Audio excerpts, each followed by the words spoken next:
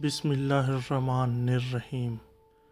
قصہ یاجوج ماجوج۔ یاجوج ماجوج جن کو کرسچینٹی میں گوگ مگوگ کہا گیا ہے۔ دجال کے خاتمے کے بعد حضرت عیسیٰ علیہ السلام کو اللہ کی طرف سے حکم ہوگا، اے عیسیٰ، تم سارے مسلمانوں کو کوہ طور پر لے جاؤ۔ اللہ تعالیٰ کا فرمان ہوگا، اب ہم اپنی ایسی مخلوق کو نکالنے والے ہیں کہ کسی کے اندر ان سے مقابلے کی طاقت نہیں ہے۔ وہ یاجوج ماجوج ہیں۔ یاجوج ماجوج حضرت آدم علیہ السلام کی نسل سے ہیں۔ حضرت آدم علیہ السلام کے شروعاتی 3 بیٹے حام، شام، یافیس، ان میں سے ایک بیٹے کی اولاد ہے یاجوج ماجوج۔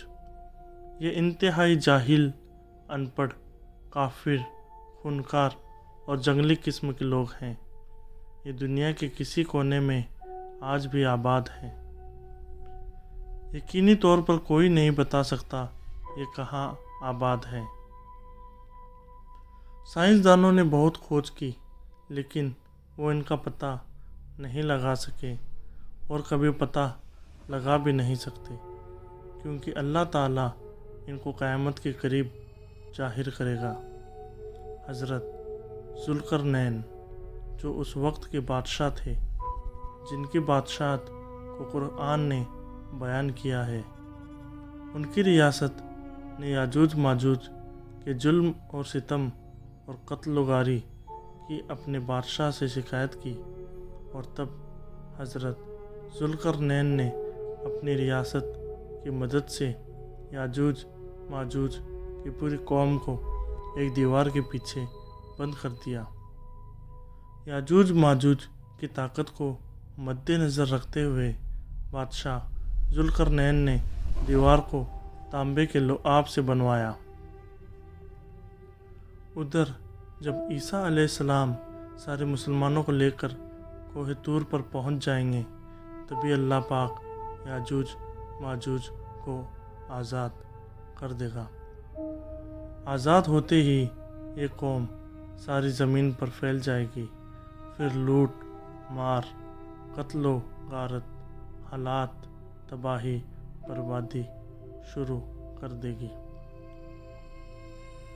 جب یاجوج ماجوج کی فوج کی پہلی ٹکڑی ملک شام کے بحر طوریہ، جو ملک شام کی ندی ہے، کے پاس سے گزرے گی تو دریا کا سارا پانی پی جائے گی، جبکہ بحر طوریہ جو دریا ہے اس کی لمبائی تقریباً 10 میل ہے۔ پہلی ٹکڑی دریا کا سارا پانی پی کے دریا کو خشک کر دے گی۔